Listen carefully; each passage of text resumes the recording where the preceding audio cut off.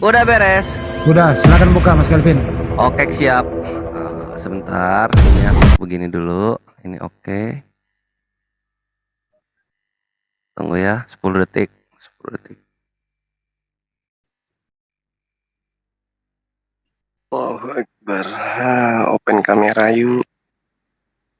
Gurunda mulai narsis.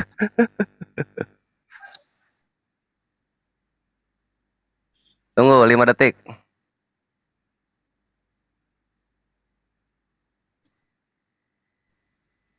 Iya, kita live ya dalam 5, 4, 3, live, go. Bismillahirrahmanirrahim. Alhamdulillahirabbil alamin wassalatu wassalamu ala asrofil anbiya'i wal mursalin wa ala alihi washabi ajma'in. Amma ba'd. Assalamualaikum warahmatullahi wabarakatuh. Asatid Villa di Zojahidin Cakrawala Cemerlang. Berjumpa kembali dengan kami para mujahidin Gaswal Fikr, pembantah syubhat dan fitnah dari kufar laknatullah alaihim. Masya Allah, di sore hari ini penuh semangat karena kita semua kembali lagi berjumpa di ZCC, puncak induk dari mercusuar Menara Islam, Menara Syiar, yang siap untuk selalu standby membantai semua para penghujat Islam ya, terutama ini nih anak Batak salah satunya nih. Tapi dia sedang menuju ke progres yang lebih baik. Tanpa berpanjang lebar lagi, kita langsung masuk aja nih Ikhwan Fillah di seluruh channel-channel yang kalian cintai. Topik kali ini tentunya ada gurunda yang kita cintai dan hormati, Gurunda Zuma Zulkifli Abbas, dan juga anak Batak dalam topik apa ya topiknya, Bang Andi? Proses pewahyuan kitab suci Al-Quran atau Bible. Proses pewahyuan kitab suci, kita akan compare ini antara Al-Quran dan Biblos. Bagaimana terlihat nantinya mana yang kebenaran, mana yang tidak. Kita akan langsung saksikan saja tanpa berpanjang lebar lagi. Timer udah siap? Pakai timer nggak ini? Bagusnya pakai timer. Beliau nggak perlu timer, beliau bagus kok anak Batak. Gitu. Kalau apa bikin aja timernya. Bikin aja ya. Silakan timer, Pak Yakin atau siapa, cepetan. Kalau nggak ada kita pakai ini aja ya, sambil menunggu timer disiapkan. Aku akan lihat di mana, di waktu digital semua laptop yang ada. 4 menit, 4 menit bagus. Siap, 4 menit. Ini 3.20, nanti Gurunda berhenti di 3.24. Silahkan dari Muslim duluan, Gurunda. Ya, Bismillahirrahmanirrahim. Assalamualaikum warahmatullahi wabarakatuh. Waalaikumsalam warahmatullahi wabarakatuh. Ya, sahabat-sahabat yang dimuliakan oleh Allah dimanapun antum berada, dan juga saudara saya anak Batak, selamat berjumpa lagi di sesi yang berbeda dengan yang kemarin. Tema kita pada sore hari ini adalah terkait dengan pewahyuan atau berbicara mengenai legalitas kitab yang kita anggap suci. Nah, di dalam kaidah Islam itu jelas bahwa pencipta langit dan bumi itu memiliki 3 metode di dalam menyampaikan ketentuan atau aturan main kepada manusia. 3 metode ini di dalam Al-Quran itu jelas bahwa Allah Subhanahu wa Ta'ala memberikan wahyu kepada manusia melalui perantaraan para utusan itu dengan 3 cara. Al-Quranul Karim menjelaskan Bismillahirrahmanirrahim, wa ma kana li basyarin ayyukallimahullahu illa wahyan. Jadi di situ berbicara mengenai wahyu. Jadi kalau ada yang berbicara mengenai wahyu, kita kembali kepada rujukan kitab. Apakah data-data yang ada di dalam kitab itu mengatakan dirinya sebagai wahyu, atau hanya mengambil kata wahyu dari kitab lain? Dikatakan dalam Al-Quran, illa wahyan au min warai hijaban au yursila rusulan fayuhiya biizniha ya biiznihi yasha innahu aliyul hakim. Nah, jadi di situ diterangkan bahwa tidak pantas kemudian bagi manusia yang makhluk lemah ini, bahwa padanya Allah akan berbicara langsung kepadanya, illa kecuali dengan perantaraan apa? Pertama, wahyu. Yang kedua, dengan perantaraan tabir atau hijab. Dan yang ketiga adalah dengan perantaraan malaikat. Mengutus daripada malaikat yang dikehendaki. Jadi ada 3. Nah, pola ini kemudian di dalam pengajaran kami, yang pertama melalui mimpi, ya, melalui mimpi atau melalui perantaraan, ya, melalui perantaraan itu artinya melalui perantaraan penglihatan gitu ya. Seperti misalnya yang dialami oleh Nabi Ibrahim. Bagaimana kemudian Nabi Ibrahim ketika dikatakan dia menerima wahyu, itu wahyunya melalui mimpi. Datang padanya mimpi perintah untuk menyembelih anaknya. Itu penyampaian wahyu dengan metode perantaraan. Itu satu. Kemudian yang kedua, melalui perantaraan hijab atau perantaraan tabir. Itu berlaku pada Nabi Musa alaihissalam. Jadi Nabi Musa menerima wahyu itu melalui hijab, melalui perantara. Nah, yang ketiga itu melalui malaikat Jibril. Inilah yang terjadi kepada baginda Rasulullah Muhammad sallallahu alaihi wasallam. Jadi kalau sahabat-sahabat mengatakan, kenapa enggak sama seperti Abraham? Kenapa enggak sama seperti Musa? Karena memang proses pewahyuan itu ada 3 metode. Itu yang diterangkan oleh Al-Quranul Karim. Dan nanti saya minta juga kepada saudara kita ini, metode apa yang digunakan penulis-penulis kitab Anda sehingga tulisannya dianggap sebagai firman. Kalau Al-Quran sudah jelas, wa ma kana li basharin ayyukallimahu Allahu illa wahyan aw min wara'. Jadi diantaranya adalah melalui penglihatan, perantaraan, kemudian melalui tabir dan juga melalui pewahyuan malaikat Jibril alaihissalam. Nah, ini yang ingin saya uraikan pada kesempatan kali ini kepada Anda. Jadi kata wahyu di dalam Al-Quran itu sudah ada. Wa auhayna. Nah, itu berbicara mengenai wahyu. Jadi kata wahyu ini berasal dari Quran, tidak berasal dari kitab manapun. Lalu kemudian Al-Quran sebagai wahyu juga ditunjuk oleh Allah. Bi anna rabbaka auhalaha. Dikatakan bahwa apa yang datang kepada Rasulullah itu adalah wahyu. Lalu kemudian wahyu ini berupa Al-Quran, dikatakan wa ma kana li basharin, seperti yang saya terangkan tadi. Lalu kemudian Al-Quran itu sendiri menyebut dirinya sebagai kitab Al-Quranul Karim. Kitab Al-Quranul Karim. Itu sudah opening statement dari Muslim mengenai topik kita kali ini, ya Ikhwan Fillah. Sekarang kita akan mendengarkan dari pihak penantang, yaitu Anak Batak, selama 4 menit. Anak Batak, waktu dipersilahkan. Oke, terima kasih. Dalam nama Tuhan Yesus Kristus, haleluya, amin. Ya, terima kasih kawan-kawan semua karena sudah mengundang aku ya. Dan aku juga bersedia untuk diundang kemanapun oleh teman-teman Muslim berdiskusi. Tetapi jangan emosi-emosian, jangan jadi ada kebencian. Sekali lagi aku minta izin kepada Pak Polisi. Pak Polisi, ini cuma diskusi ya Pak Polisi, jangan tangkap aku. Oke, kami orang Batak beragama Kristen, kami orang Indonesia. Kami hanya mengikuti apa yang ada di dalam kitab suci. Apa yang diajarkan di dalam kitab suci itu, itulah yang kami ikuti. Tapi kami nggak bodoh-bodoh amat. Kitab suci kami bukan jatuh gedebuk dari langit, bukan. Kitab suci itu atas tulisan tangan manusia, benar. Tangan manusia yang menulis itu. Perintah Tuhan.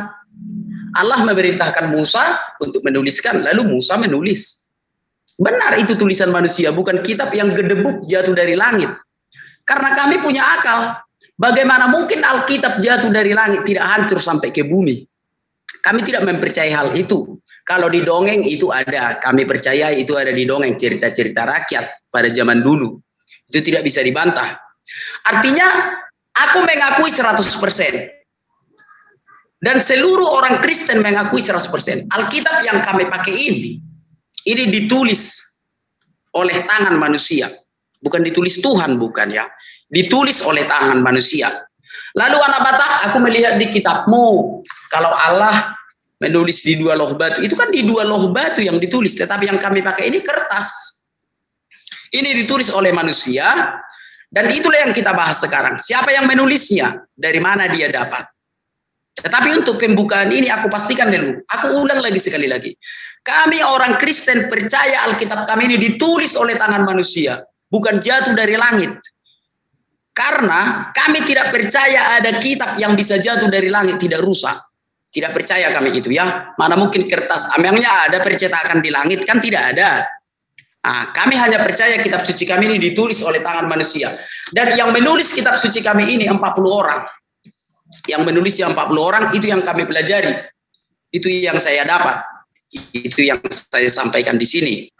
Nah, demikian juga ketika kami menulis kitab suci, para bapak-bapak gereja mengkanonnya, mengambilnya dari tulisan-tulisan kitab suci yang memang sudah ditulis pada zaman dulu, disebut dengan gulungan-gulungan.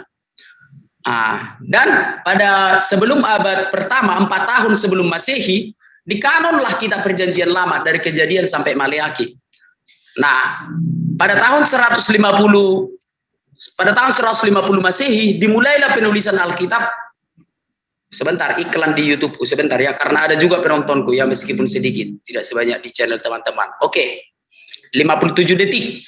Dikanonlah mulai kitab suci Perjanjian Baru. Jadi kalau teman-teman menanyakan, anak Batak, apakah Alkitab itu tulisan manusia? Ya, ini ditulis manusia, bukan kitab yang jatuh dari langit. Nah, dan itu yang akan aku tanyakan kepada teman-teman Muslim. Al-Quran itu siapa yang nulis? Tahun berapa itu ditulis? Tahun berapa itu dibikin ke kitab? Dan siapa yang nyuruh nulis? Jangan pandai-pandaian. Kalau memang Tuhan menyuruh tulis, tulis. Kalau Tuhan tidak menyuruh nulis, ngapain ditulis? Kalau Alkitab memang diperintahkan oleh Tuhan, tuliskan, makanya ditulis. Nah, mari kita konvertir, kita konvert tentang Alkitab dan Al-Quran di dalam debat ini. 10 detik, mungkin itu dulu yang aku sampaikan. Kiranya moderator bisa mengatur ya, jangan dikecilkan suaraku. Saya kira moderator harus fair atau adil. Oke, silakan. Terima kasih. Iya, thank you. Woi, Katro teknologi anak Batak di Zoom nggak bisa begitu. Itu enaknya di Zoom. StreamYard bisa begitu. Gua sering dibom-bom dikecilin. Cuma bom-bom bego, nggak tahu kalau gua nge-live-in. Di gua suaranya tetap gede karena gua pakai OBS. Paham lo? Kita lanjut sekarang sesi berikutnya, yaitu mengenai sesi berikutnya ya, sesi ini ya, Ikhwah rebuttal atau tanya jawab. Ini akan aku kasih 3 kali putaran dulu. Nanti kalau kurang tinggal minta nambah. Setelah nanti sesi rebuttal, kita akan masuk sesi battle. Nah, sesi rebuttal ini untuk timer 2 menit 7 menit ya. Pertama akan dari Gurunda bertanya selama 2 menit Gurunda. Nanti anak Batak menjawab 5 menit. Silakan 2 menit. Ya, waktu berjalan ketika Gurunda berbicara. Oke, baik. Jadi yang pantas disebut wahyu itu hanya Al-Quran. Di luar daripada Al-Quran itu nggak boleh disebut wahyu. Kenapa? Karena penulisnya tidak bermimpi, penulisnya juga tidak menulis di balik tabir, kemudian penulisnya juga tidak pernah didatangi oleh malaikat. Jadi tulisan daripada penulis-penulis kitab orang Kristen itu tidak pantas disebut wahyu, tidak pantas disebut ilham. Yang disebut wahyu itu cuma Al-Quran. Al-Quran menyebutkan namanya, ya. Al-Quran menyebut dirinya sebagai Alkitab, wal kitabil mubin. Kalau di kitabnya orang Kristen itu nggak bisa. Nah, Al-Quran disebut Al-Quran. Al-Quran menyebut dirinya Al-Quran. Inna hazal Quran.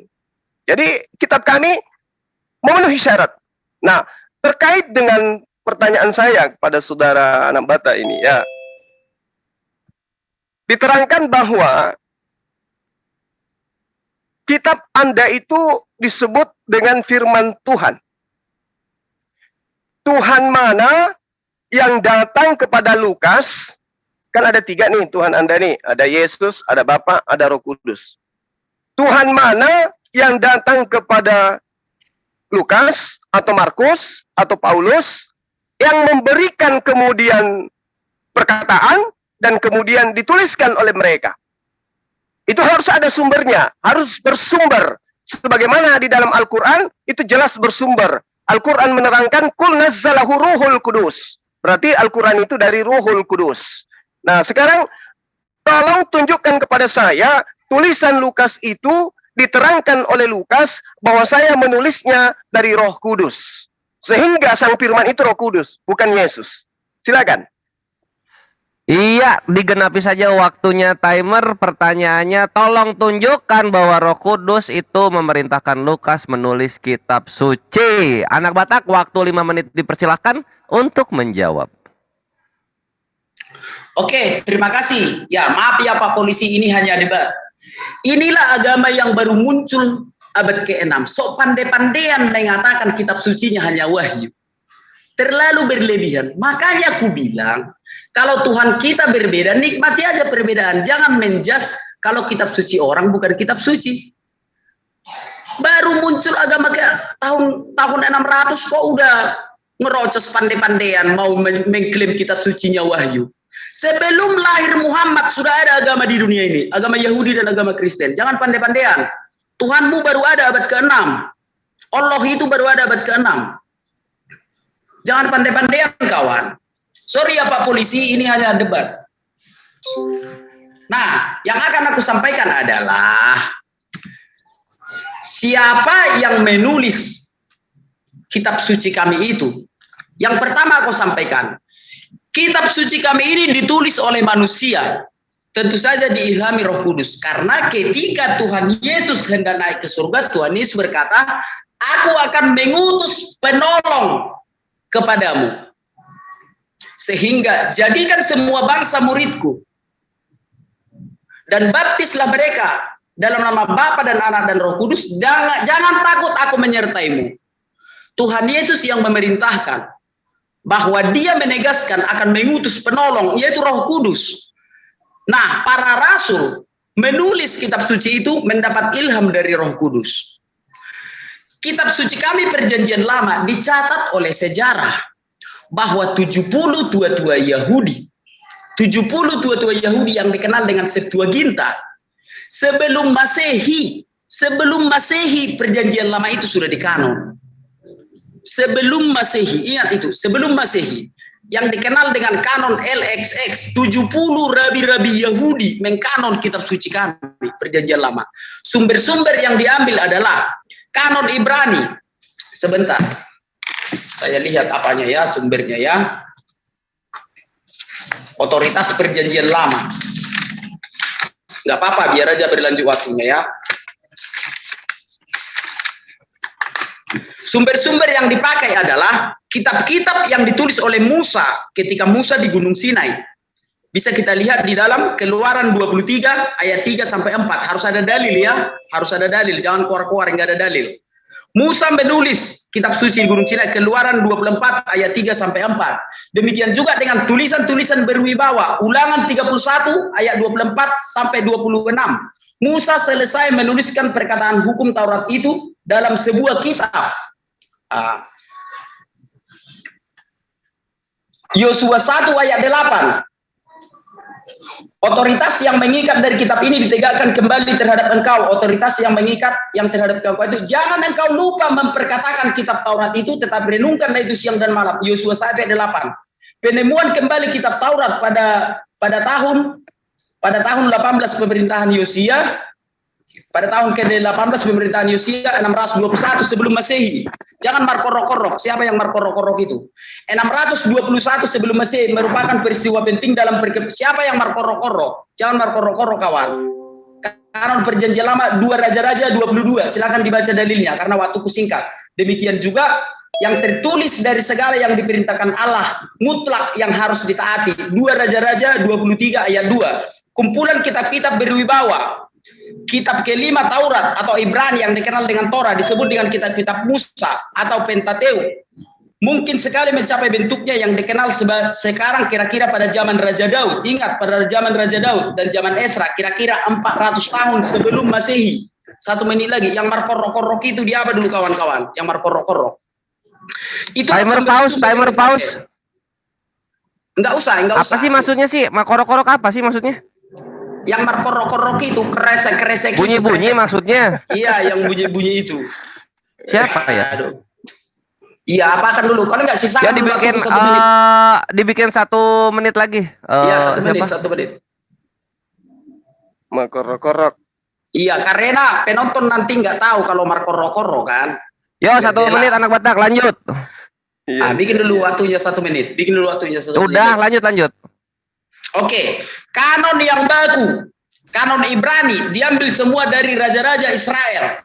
Penulisan kitab suci yang dilakukan oleh LXX atau 70 rabi-rabi Yahudi harus sesuai dengan fakta Israel, fakta perjalanan Israel. Karena Allah yang disembah oleh orang Kristen adalah Allahnya Israel.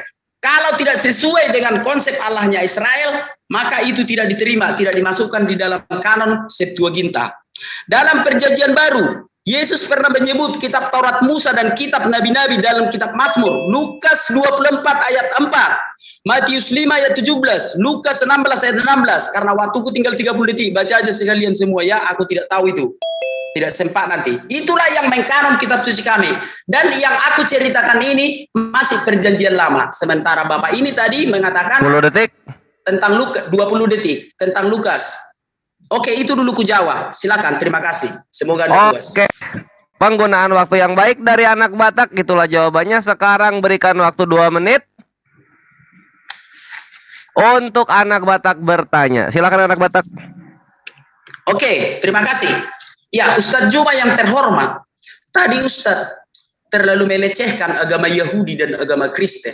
Hanya Quran wahyu dari Tuhan, Ustadz Juma. Sekarang buktikan dulu sama aku, ada perintah Allah Subhanahu wa taala untuk menulis Quran. Siapa yang pandai-pandaian menulis itu? Buktikan dulu, karena sepanjang yang aku tahu, aku sudah membaca Al-Quran. Memang dari Al-Quran yang terjemahkan oleh Quraisy Shihab. Maaf ya Pak Polisi, aku hanya berdebat.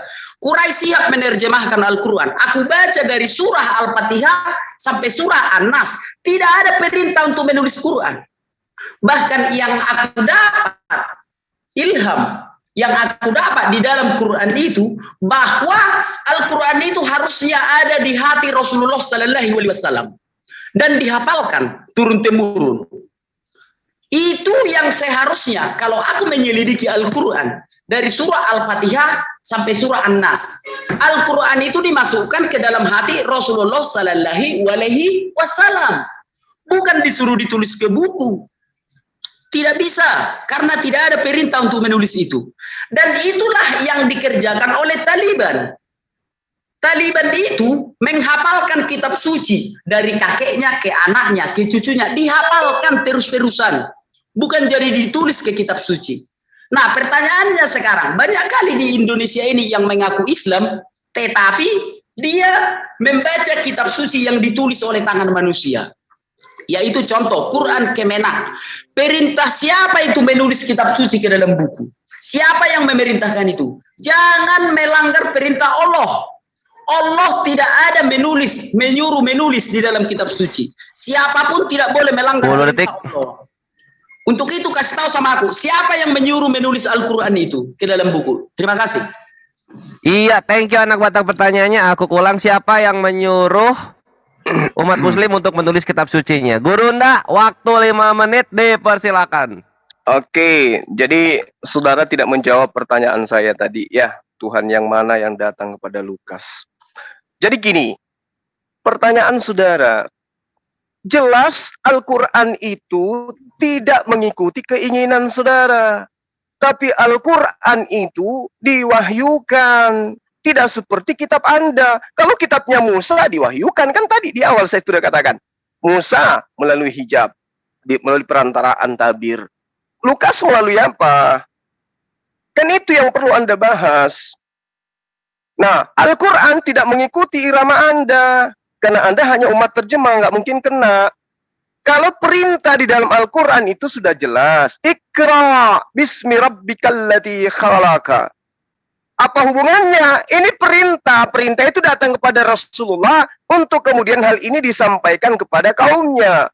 Kalau perintahnya datang kepada kami untuk membaca, berarti umatnya Rasulullah Muhammad SAW harus ada yang dibaca. Karena itulah kemudian Allah menerangkan di dalam Al-Quran, bagaimana kemudian Al-Quran itu datang kepada baginda. Wa katsalika auhayna ilaika ruhan min amrina ma kunta tadri mal kitab wal iman walakin ja'alnahu nuran nahdi. Lalu dikatakan oleh Allah, nuran nahdi bihi man nasya min ibadina wa innaka latahdi ila siratim mustaqim. Jadi Al-Quran itu didatangkan oleh Allah, diwahyukan oleh Allah kepada Rasulullah Muhammad SAW sebagaimana yang diperintahkan. Lalu kemudian Allah mengatakan, Al-Quran itu kami jadikan sebagai cahaya. Dan untuk itu kami memberi petunjuk siapa yang kami kehendaki di antara hamba-hamba kami. Dan apa yang dikatakan oleh Allah? Engkau Muhammad benar-benar pembimbing manusia kepada jalan yang lurus. Nah, bagaimana Rasulullah Muhammad SAW kemudian membimbing? Dengan cara apa? dengan cara memerintahkan kemudian mengajarkan Al-Quran. Mengajarkan Al-Quran itu dengan metode apa? Pertama dengan metode lisan, perintahnya jelas. Kedua dengan metode tulisan. Berarti beliau yang memerintahkan para sahabatnya untuk menulis. Makanya di dalam Islam itu ada yang dikatakan ilmu sanad, sanatul Quran, ilmu mata rantai pengajaran Al-Quran. Dari Rasulullah Muhammad SAW sampai kepada kami, umat Islam di Indonesia, itu bersanad kawan. Rasulullah setelah menyampaikan, disampaikan kepada 5 sahabatnya. Utsman bin Affan dan seterusnya. Kemudian dari sahabat menyampaikan kepada Imam Abu Abdurrahman. Abu Abdurrahman menyampaikan kepada Imam Asim bin Abi Nadud. Kemudian dia sampaikan lagi kepada Imam Abu Habsah. Lalu kemudian disampaikan lagi kepada Imam Abi Muhammad Ubaid bin Sabbah. Lalu kemudian berlanjut kepada muridnya lagi Abi Al-Abbas Ahmad bin Sa'ad. Sampai kepada kami di Nusantara ini. Siapa yang menerima dari mata rantai yang tadi? Datanglah kepada kami seorang ulama besar di Nusantara, saya Al-Mukri Muhammad Munawir bin Abdullah Ar-Rasyad Al-Kafraki Al-Yukyawi. Kemudian muridnya menyampaikan kembali kepada murid-murid yang lain, Kiai Al-Mukri Abdul Qadir bin Muhammad Munawir Al-Yukyawi. Kemudian pindah ke muridnya berikutnya, Kiai Ahmad Munawir Al-Yukyawi. Baru pindah kemudian ke muridnya Kiai Muhammad Maftu bin Masturi Birri. Itu yang sampai ke Indonesia. Dari Rasulullah Al-Quran itu sampai kepada orang Indonesia. Nah sekarang kalau saya tanya kepada Anda, kitab Anda itu dari mana datangnya nyanyi? Dari mana datangnya kitab Lukas itu? Dan Anda cuma memiliki kitab terjemah. Dari mana kitab terjemah yang ada di tangan Anda itu? Diterjemahkan dari bahasa apa? Siapa yang menerjemahkan? Apa kapasitas ilmunya? Siapa gurunya? Gurunya belajar kepada siapa? Siapanya belajar kepada siapa? Siapanya sampai kepada Lukas? Lukas kemana perginya? Belajar di mana Lukas? Di Goa Gestimani? Di Goa tempatnya Elia sembunyi? Atau di mana? Atau di Goa tempatnya Yusuf Arimatea menyimpan mayat Yesus? Di mana Lukas belajar? Tolong jelaskan ke saya di sesi berikutnya. Saya sudah menjawab Anda. Yang memerintahkan adalah Allah Subhanahu wa taala. Iqra bismi rabbikal ladzi khalaq. Wahai seluruh manusia, baca Al-Qur'an itu. Zalikal kitabu la raiba fihi hudal lil muttaqin. Al-Qur'an itu harus dibaca, petunjuk bagi orang-orang yang bertakwa, tidak ada keraguan di dalamnya. Nah, sekarang ketika berbicara dengan kitabmu. Kitabnya itu dari mana toh? Musa menulis kitab, yes. Yesus menerima Injil, yes. Kami paham itu, tapi yang Anda harus tahu, sinyal-sinyal adanya perubahan dalam kitab Anda itu bertaburan ayatnya di dalam. Jangan kau menambahi, jangan kau mengurangi. Nah, jangan kau menambahi, jangan kau mengurangi anak Batak. Waktu pun dicukupkan Gurunda karena over beberapa detik. Sekarang masuk ke putaran kedua dari sesi tanya jawab. Dimulai dengan Gurunda bertanya selama 2 menit. Silakan dilanjut Gurunda. 2 menit berjalan. Jadi saya katakan kepada saudara anak Batak, saya itu belajar kitab Anda berpuluh tahun. Saya bukannya tampil sebagai kristolog untuk kemudian membentengi akidah umat Islam, generasi Islam dari misionaris Kristen. Itu tidak didasari dengan ilmu. Al-Quran disebarkan dari Rasulullah Muhammad SAW, disampaikan dengan metode lisan. Ada mangkul di sana, ada mantik di sana, ada talaki di sana, ada proses dari Rasulullah kepada sahabat, disaksikan oleh semua sahabat, dihafalkan oleh mereka. Dan Rasulullah bukan firman yang menjadi manusia, berbeda dengan Yesus. Dia ada firman yang menjadi manusia. Sebagai firman, sejatinya dia sumber. Nah sekarang apakah Lukas nyampe kepada Yesus? Kagak. Kapan-kapannya dia bertemu. Terus dari mana Lukas menulis setebal itu? Nduk. Dari mana ilmunya Lukas? Dapat ilmu dari mana toh? Nulis-nulis kayak begitu. Inilah silsilah Yesus Kristus. Pak. Ilmunya dari mana San Lukas ini? Kuliah. Pernah ambil S2 di mana dia? Kok bisa masalah-masalah Yesus, masalah-masalah semuanya diceritain sama dia? Sumbernya dari mana? Kalau kami jelas, sumbernya jelas, sudah kusampaikan samamu. Kul nazzalahu ruhul kudus. Ruh kudus ini adalah malaikat Jibril yang mengetahui segala aspek yang diperintahkan oleh Tuhan. Jadi nggak bisa ada yang menghalangi pengetahuan Roh Kudus itu, nggak bisa. Nah sekarang pertanyaan saya kepada Anda, tolong dijawab deh. Lukas ini, Markus, Paulus dapat ilmu dari mana kok tulisannya setebal itu, sementara Yesus sendiri di dalam catatan Yohanes 17 nomor Yohanes 12 nomor 49, dia katakan aku tidak berkata-kata dari diriku sendiri. Nah Lukas berkata-kata dari mana? Silakan. Thank you. Aku ulang pertanyaannya Adak Batak supaya nanti nggak melebar kamu ya. Yesus berkata-kata tidak berkata-kata dari dirinya sendiri. Nah, Lukas ini berkata-kata dari mana? Silahkan dijawab, 5 menit berjalan. Oke, saya jawab. Saya tidak akan cari remis. Saya akan jawab. Oke. Dari mana para rasul? Dari mana para rasul dan para murid Tuhan Yesus menulisnya? Perintah Tuhan Yesus mengabarkan Injil. Mengabarkan Injil ke seluruh dunia. Rasul Yohanes adalah rasul yang menerima wahyu di Pulau Patmos. Ada perintah dari Tuhan Yesus untuk menuliskannya. Dan tuliskanlah semuanya itu. Lalu Rasul Yohanes memberikan Injil ke Efesus. Di Efesus dia membaptis banyak orang. Lalu dia memiliki seorang murid di sana bernama Polikarpus. Polikarpuslah yang pertama sekali menjabat sebagai uskup Smyrna. Selamat datang di kebenaran. Ternyata Katolik itu adalah Kristen mula-mula. Polikarpus membaptis banyak orang dan memiliki seorang murid yang bernama Irenaeus dan Santo Ignatius. Irenaeuslah yang berbicara kepada bapak-bapak gereja di kanonlah Perjanjian Baru. Lalu tadi Pak Ustadz bertanya, bagaimana dengan Matius? Matius itu adalah rasul yang melihat sendiri Tuhan Yesus Kristus dan dia menuliskannya. Bagaimana dengan Markus? Santo Markus dan Santo Lukas adalah murid-murid Tuhan Yesus ke-70 murid. Katanya Pak Ustadz telah membaca Alkitab. Tuhan Yesus juga memiliki 70 murid. Dan di antara 70 murid ini ada Santo Markus dan Santo Lukas. Mereka lah yang menulisnya. Lalu apa yang dituliskannya itu dikumpulkan dalam konsili Nikea oleh bapak-bapak gereja bersama Irenaeus. Lalu dikanonlah Perjanjian Baru. Sudah saya jawab ya, jangan ada alasan lagi. Saya masih pada pertanyaan saya yang pertama. Siapa yang nyuruh Quran ditulis? Tadi Pak Ustadz mengatakan, Ikro. Namus mengatakan, Ikro. Memang kata namus begitu. Ikro, kata namus. Ikro itu tahu enggak Pak Ustadz artinya ikro? Ikro itu bukan suruh nulis. Suruh baca Pak Ustadz. Ikro itu artinya baca.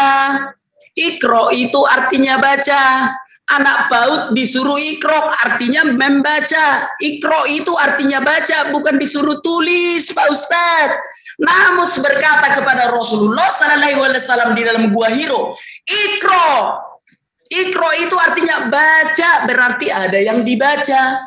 Bukan disuruh nulis. Siapa yang nyuruh nulis Quran? Jangan pandai-pandaian. Islam di Afghanistan tidak menulis Quran. Mereka hanya menghafal. Quran yang sebenarnya itu adalah yang ada di hati Rasulullah Sallallahu Alaihi Wasallam. Yang di hatinya itulah Quran. Disuruh ikro, baca. Baca. Nggak ada disuruh nulis. Siapa yang pandai-pandaian nyuruh nulis? Tidak ada. Sudah aku bikin contoh tadi. Di luar negeri banyak Quran itu dihafalkan turun-temurun dari Rasulullah kepada Umar bin Khattab, dihafalkan secara lisan. Yang nyuruh nulis sopo Pak Ustadz, pandai-pandaian melanggar perintah Allah. Namus tidak pernah nyuruh nulis. Namus nyuruh ikro, ikro, ikro, baca, baca, baca. Yang nyuruh nulis siapa? Mau melanggar perintah Allah, mau lebih hebat dari Allah. Aku sudah membaca dari Quran surah Al-Fatihah sampai surat An-Nas. Tidak ada perintah untuk menulis Quran itu, tidak ada. Menghafal, ya. Ikro, ikro. Quran sekali lagi aku katakan. Quran yang sesungguhnya adalah yang ada di hati Rasulullah Sallallahu Alaihi Wasallam, bukan yang di kertas itu. Kalian mau merendahkan Muhammad? Bukan yang di kertas itu. Quran itu diwahyukan kepada Rasulullah Sallallahu Alaihi Wasallam, ada di hatinya. Yang nyuruh nulis sopo? Siapa yang nyuruh nulis? Dijawab. Ikro Ikro itu bukan disuruh nulis, disuruh baca. Disuruh baca. Contoh anak Batak sudah menghafal surat Al-Fatihah. Anak Batak baca dulu surat Al-Fatihah. A'udzubillahi minasyaitonirrajim. Bismillahirrahmanirrahim. Itu membaca, bukan disuruh nulis di kertas. Siapa yang nyuruh nulis? Silakan Pak Ustadz. Jangan lupa jawab dari Al-Quran. Nggak usah ngemis-ngemis ke kitab suci orang Kristen. Dan dalilnya, tunjukkan dalilnya. Silakan Pak Ustadz.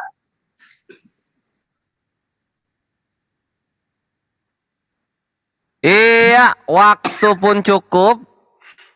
Sekarang masuk ke 2 menit bertanya dari anak Batak. Silakan. Oke, itu aja pertanyaannya dulu. Satu topik. Semalam cuma satunya pertanyaanku soal tentang namus. Tidak bisa dijawab kan, jadi trending topik kan. Nah, aku cuma satu aja. Kalau udah dijawab satu pertanyaanku, baru ku tanya yang lain. Nah, kenapa? Biar tahu penonton apa yang diucapkan. Seperti semalam, 1 hari berdebat, berapa jam? Hanya satu pertanyaanku. Kapan namus itu berganti nama jadi Jibril? Nah, itu nggak ada jawabannya kan? Jadi trending topik. Sekarang pun itu aja yang kutanya. Waktuku 1 menit 42 menit.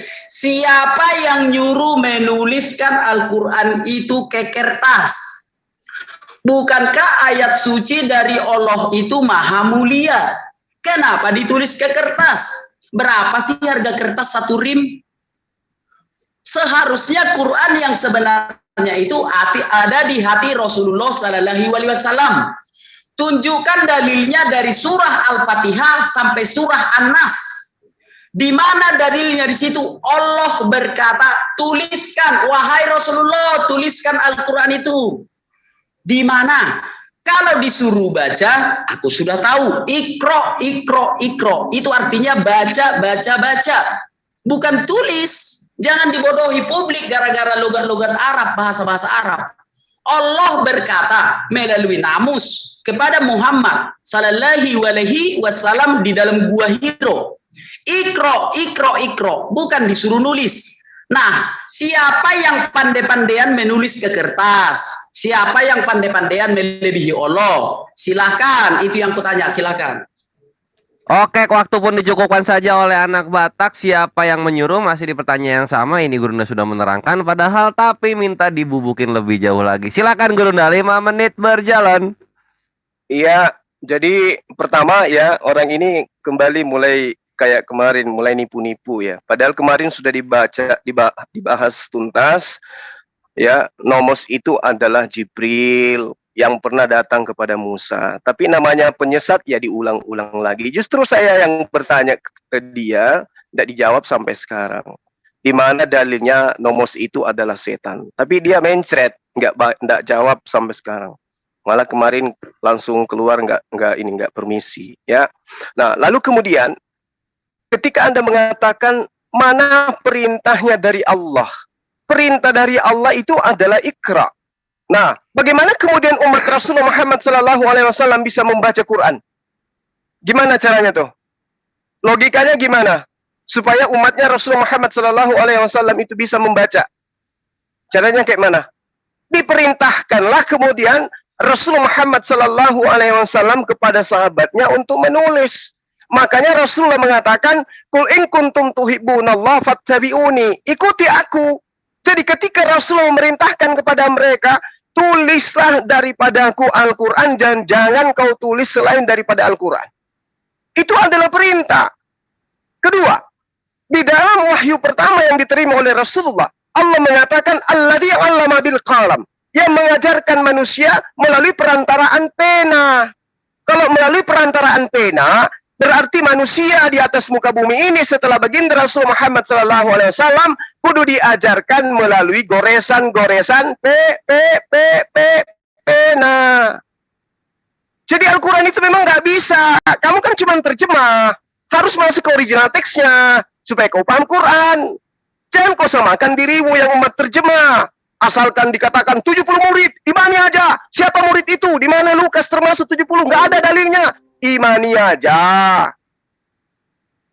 Allamal insana ma lam ya'lam, yang mengajarkan manusia agar manusia itu mengetahui apa yang belum diketahui. Melalui apa? Melalui pena. Berarti Rasulullah sudah benar ketika dia perintahkan sahabatnya untuk menulis.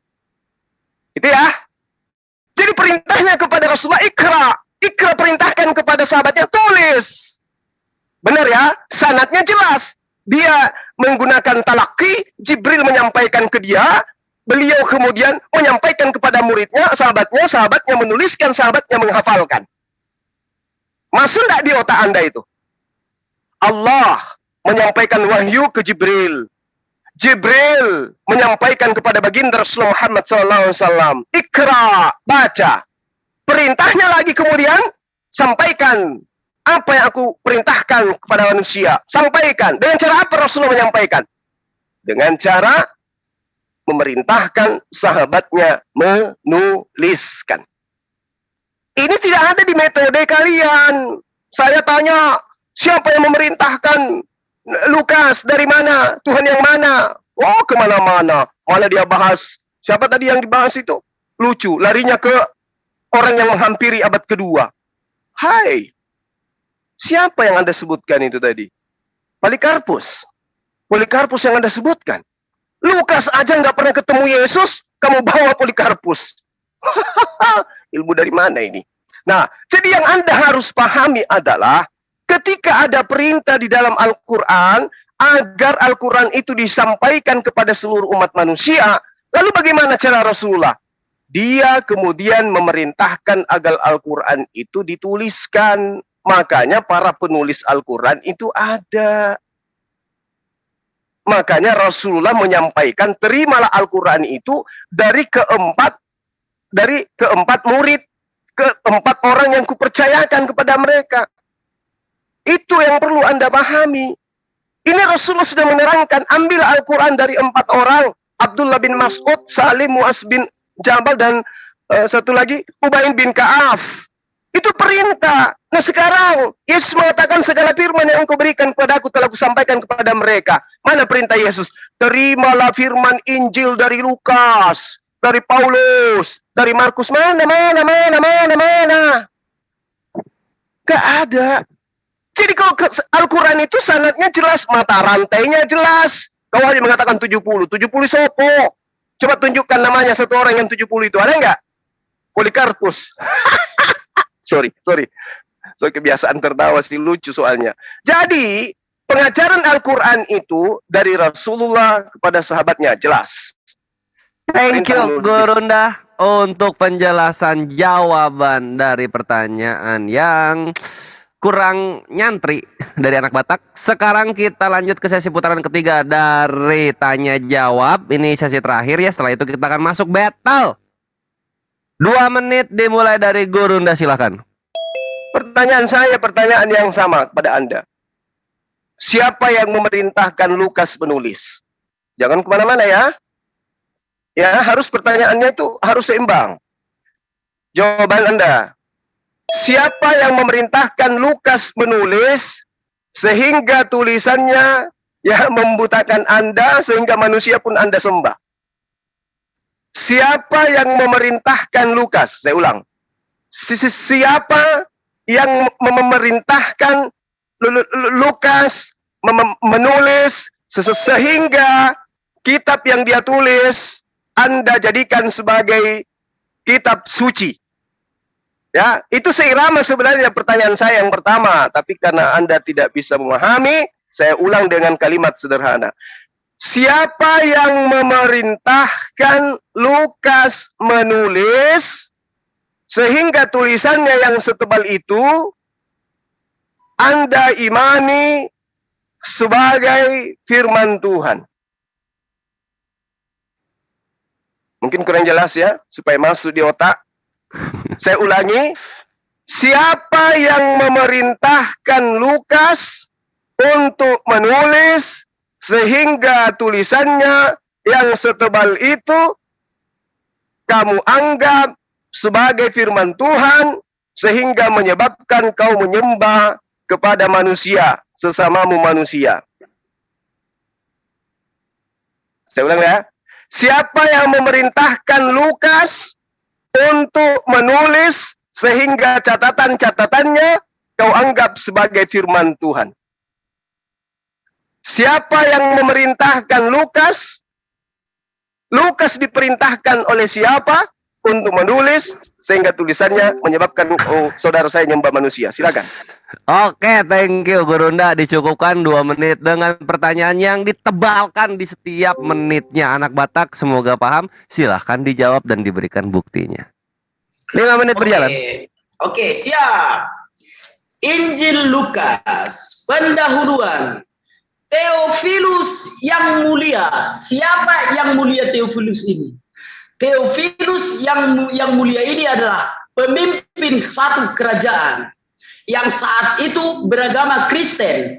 Dia ikut serta dalam kanonisasi Alkitab. Dia ingin iman Kristen itu kuat. Sehingga Theophilus ini menyuruh semua murid-murid Yesus untuk mengumpulkan salinan-salinan yang mereka tulis ketika mereka melihat Tuhan Yesus. Dan salah satu dari ke-70 murid-murid Tuhan Yesus ini adalah Santo Lukas. Sehingga dia memberikan salinannya kepada Theophilus. Bunyinya begini. Theophilus yang mulia, banyak orang telah berusaha menyusun suatu berita tentang peristiwa-peristiwa yang telah terjadi di antara kita. Banyak orang yang telah menulis. Matius menulis, Santo Markus menulis, Rasul Yohanes menulis, Rasul Paulus menulis, semua menulis, Petrus menulis. Maka dia juga wajib menulis karena perintah seorang raja. Karena raja ini beragama Kristen dan pimpinan Kristen. Tidak boleh ada kesimpang siuran di dalam kitab suci agama Kristen pada masa itu. Maka Lukas menulis apa yang dilihatnya, apa yang disaksikannya, dan menyerahkannya kepada Irenaeus atas perintah dari Theophilus. Maka dia mengatakan di dalam suratnya, yaitu Injil Lukas, Theophilus yang mulia, banyak orang telah berusaha menyusun suatu berita tentang peristiwa-peristiwa yang telah terjadi di antara kita, seperti yang disampaikan kepada kita oleh mereka, yang dari semula adalah saksi mata dalam pelayanan firman. Perhatikan Ustadz Juma. Ustadz Moderator, Juma. pertanyaan saya dong diingatkan, percuma waktu kalau tidak menjawab. Waduh, Ustadz Juma jangan kepanasan. Saya sedang Timer. menjawab. Enggak, saya menghargai saudara. Kasihan kalau Anda Timer pause. berusaha, tapi pertanyaan saya nggak kena 3 menit gitu. ya. 3 menit ya. Pertanyaannya, Siapa yang dulu, memerintahkan 3 menit. Lukas kan itu? Ya, Moderator Gurunda jangan siap. diam. Coba anak Batak diulang pertanyaannya. Siapa yang menyuruh Lukas menulis kitab suci? Menulis Oke, Injil? silakan. Itu pertanyaannya. Oke, bikin Ya. 3 menit. Bikin 3 menit. Ya, timer kasih 3 menit. Oke. Kita kabulkan Sudah, permintaannya. Ya, sudah. Enggak, memang 3 menit tadi waktu dipotong. dia. Iya. Sudah Yuk. aku bilang tadi, yang menyuruh menulis Theophilus.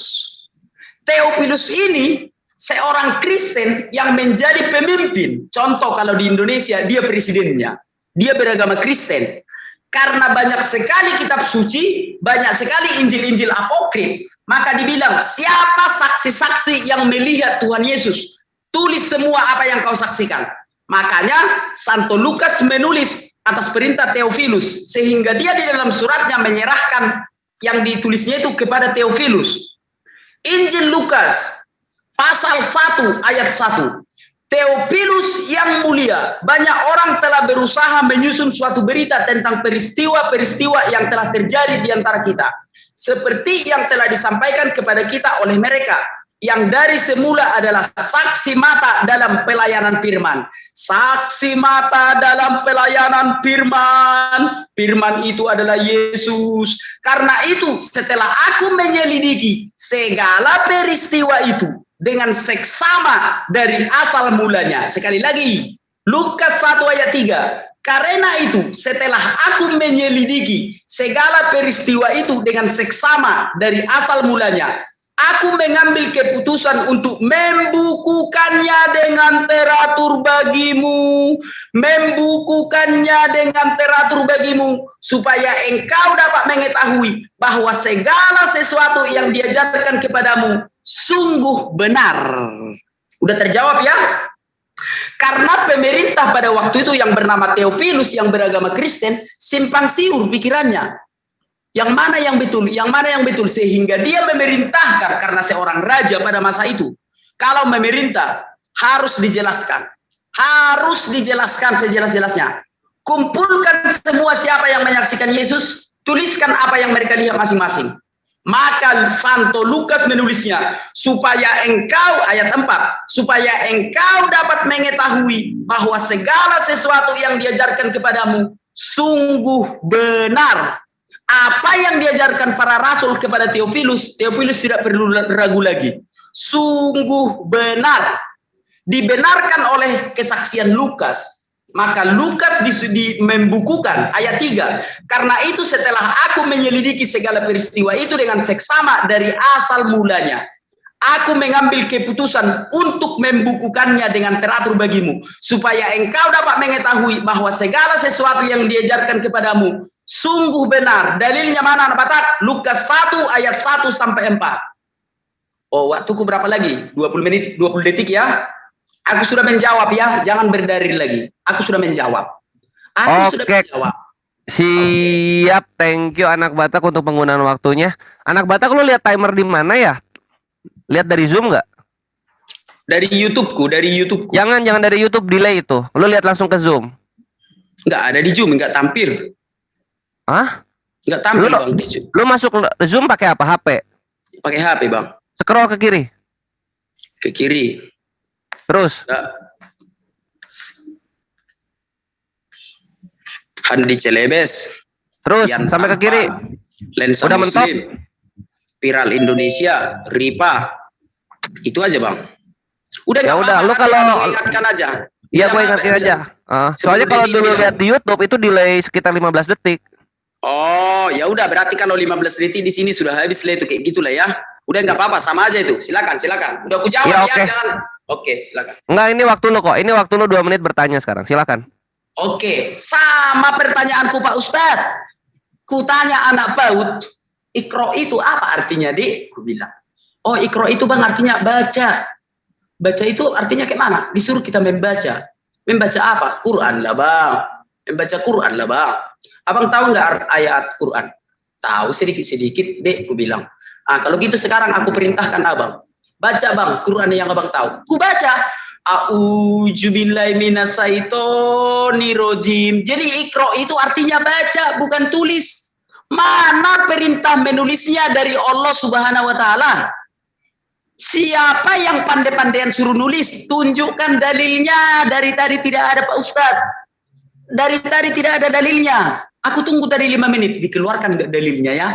Memang Pak Ustadz seakan-akan membawa dalil karena membacakannya dalam bahasa Arab. Itu pembodohan bagi penontonku yang beragama Kristen. Mereka tidak mengerti bahasa Arab.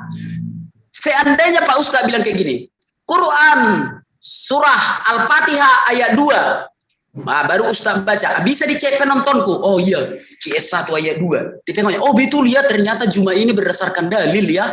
Katanya. Tadi Pak Ustadz hanya membaca bahasa Arab. Anggaplah itu mantra.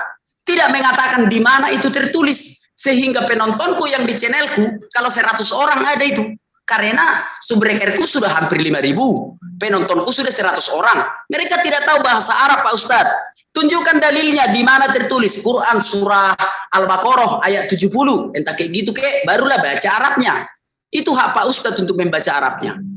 Tapi tunjukkan dalilnya. Quran surah berapa disuruh perintahkan menulis. Mungkin 10 detik lagi ya. Nah, sekali lagi. Betul, 10 detik sekarang. Ya, tunjukkan Pak Ustadz dalilnya Pak Ustadz, dalilnya. Terima kasih, silakan.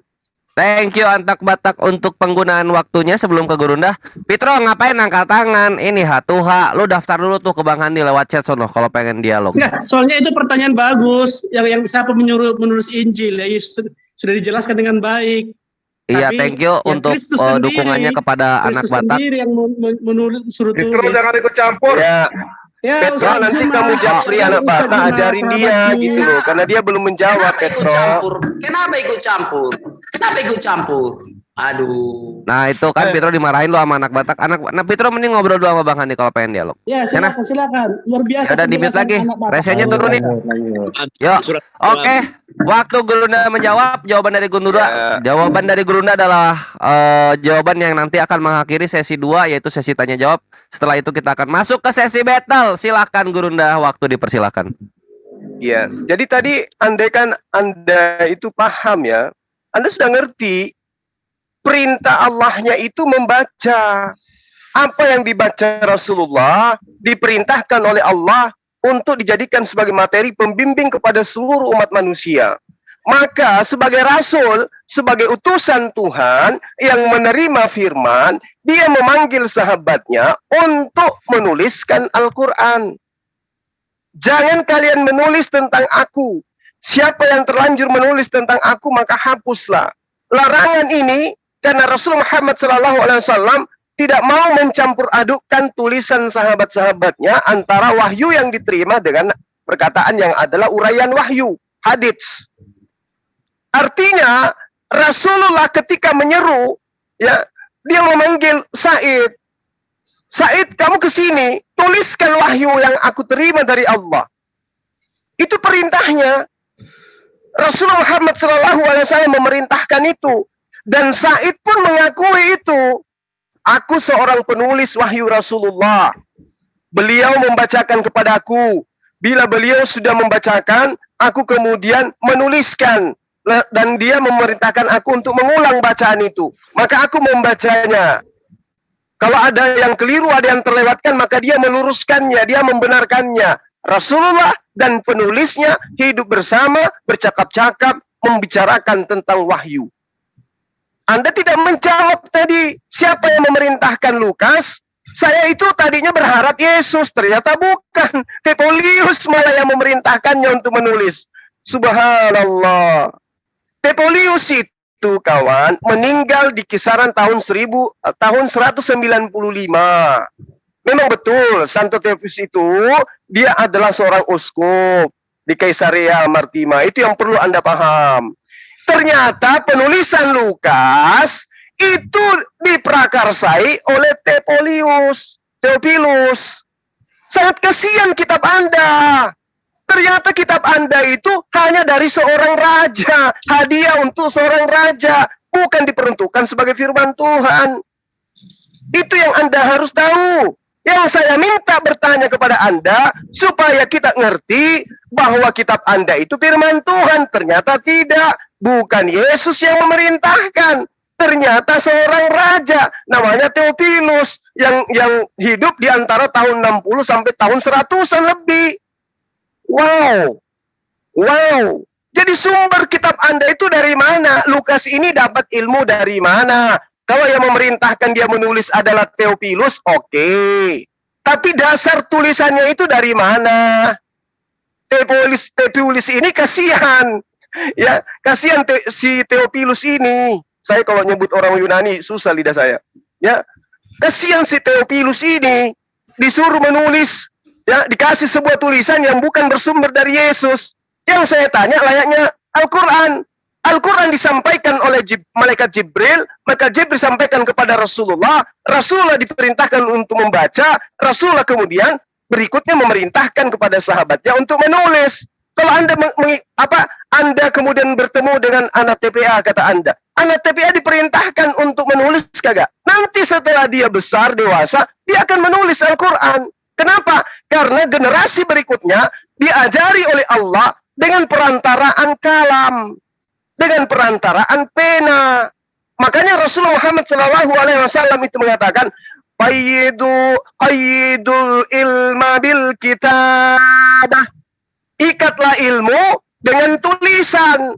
Jadi Rasulullah itu memerintahkan ilmu harus dengan kitab, harus dengan tulisan. Ya, kitabah itu tulisan dalam bahasa Indonesia. Itu yang perlu Anda pahami.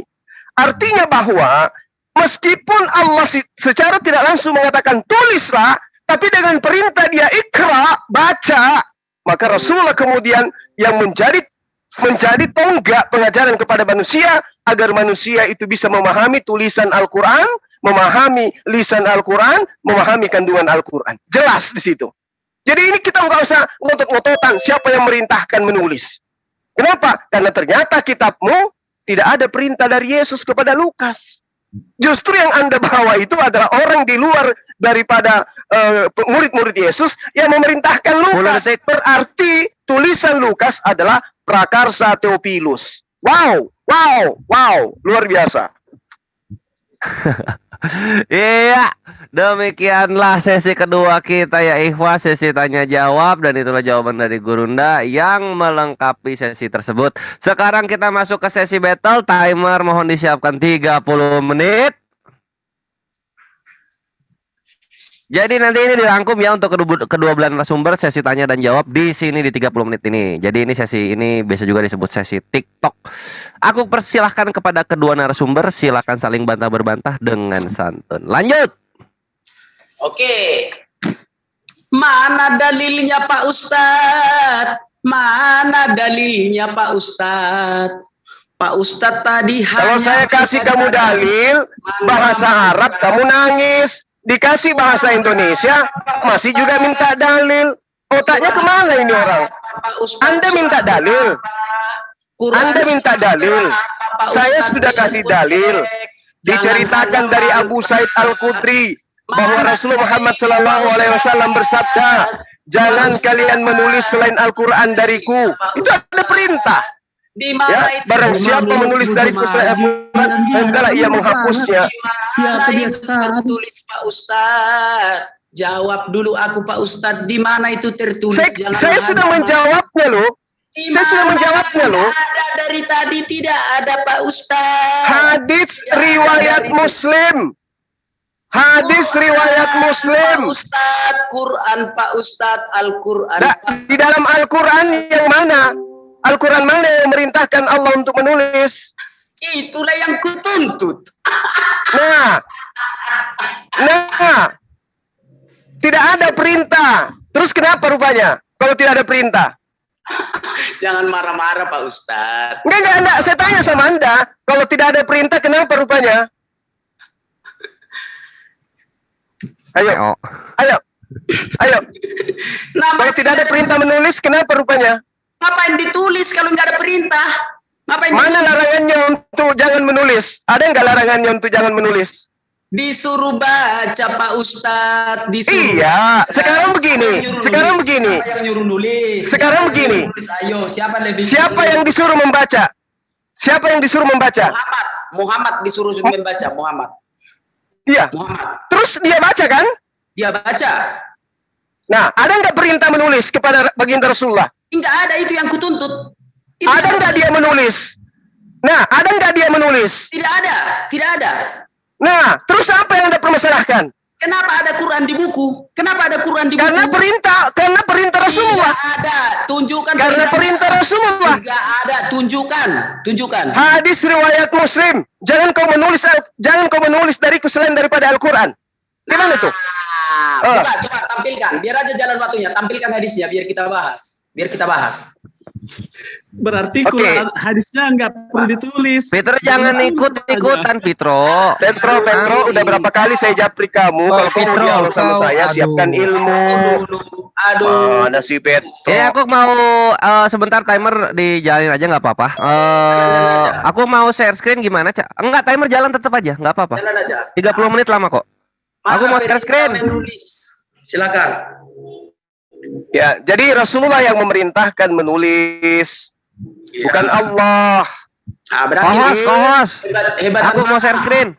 Hebatan mana Allah atau Muhammad? Mana orang itu lebih Loh, kehebatan mana? Sekarang kalau saya tanya sama Anda, hebat mana Yesus dengan Theophilus? Kenapa Theophilus yang memerintahkan menulis? Kenapa bukan Yesus? Ayo.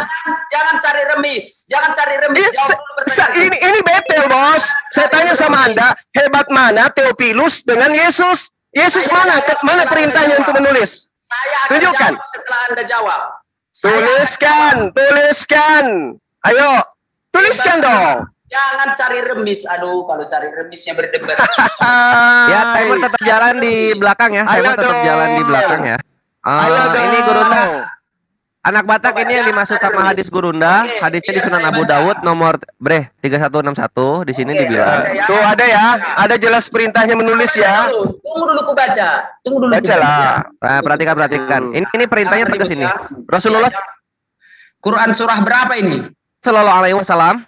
Sebentar, aku aja membaca. Lah ini hadis Sunan Abu Dawud. Oh, berarti di Quran enggak ada kan? Tegaskan dulu dong. Di hadis. Di Quran. Iya, tadi dari Gurunda. Kalau lu mau mendengarkan, itu perintahnya dari Rasulullah, dari utusannya Allah itu. Aduh, moderator ini. Dengar dulu, anak Batak dengar. Kamu paham enggak bahwa ada perintah dari Rasulullah menulis ini? Ada enggak? Ngerti enggak di situ? Tunjukkan dalilnya, aku bilang ya. Ini. Ada kan? Ada kan? Itulah mau aku baca sekarang. Enggak bisa dibaca. Oke, bacalah. Itu apa tulisannya di situ? Iya, dengar dulu biar ku baca. Ini firman Tuhan loh. Ini firman Tuhan, jangan dimain-mainkan. Biar ku baca dulu ya. Ya. Quran surah berapa ini? Itu hadits. Di Quran yang ku minta Pak Ustaz. Di Quran yang ku minta Pak Ustaz. Oh, gitu. Ya. Ade Al-Qalam coba. Al-Qalam ayat 1. Orang ini memang harus dikasih obat rabies dia. Coba Al-Qalam kasih ayat 1. Iya, itu baru mantap. Cek. Udah dikasih data nih, larinya minta data yang lain ya. Udah oke. Akalam berapa Gurunda? Ya, memang harus diperbanyak vitamin rabies kalau dihadapi orang. Akalam berapa nih? Ayat 1 coba kasih deh. Akalam ayat 1, oke. Iya. Kayak gitu kan baru mantap, ada dalil.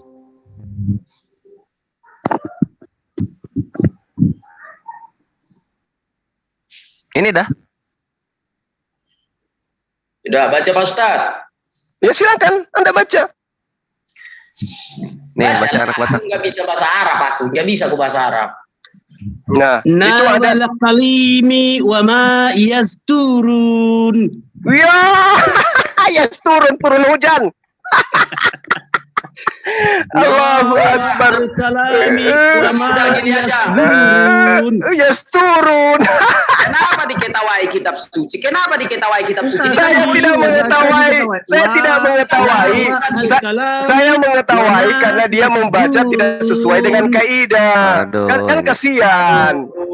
Hilang kamu Pitro. Aduh, nggak bisa ngapa-ngapain lu. Roh Kudus lu nggak bisa bantu buat buka mute Masa sekarang. bacanya Lanjut yes, anak Batak. turun.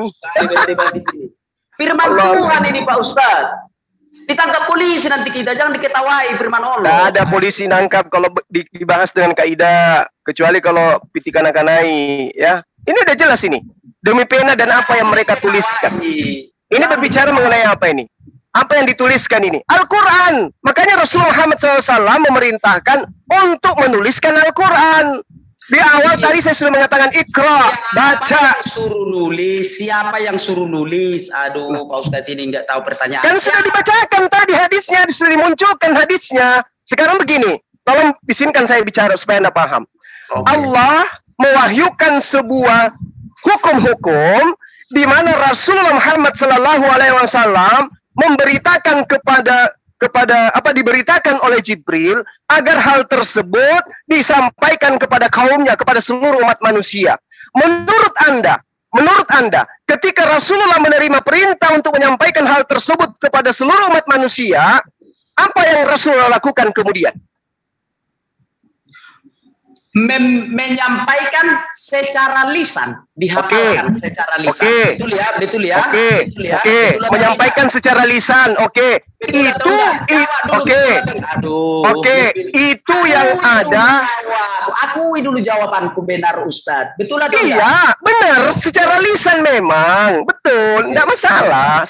Memang Al-Quran itu disampaikan dengan lisan. Nah, ada nggak perintah kemudian ketika Rasulullah menginginkan agar Al-Quran itu selain lisan juga dituliskan? Ada nggak perintahnya?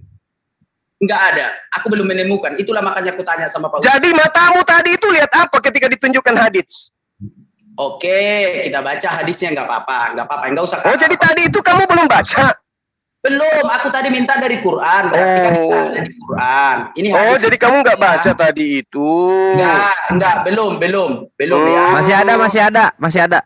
Ya, coba itu ada perintahnya tuh. Kemudian Rasulullah Muhammad SAW. Saya baca dulu. Sebentar saya baca dulu. Silakan.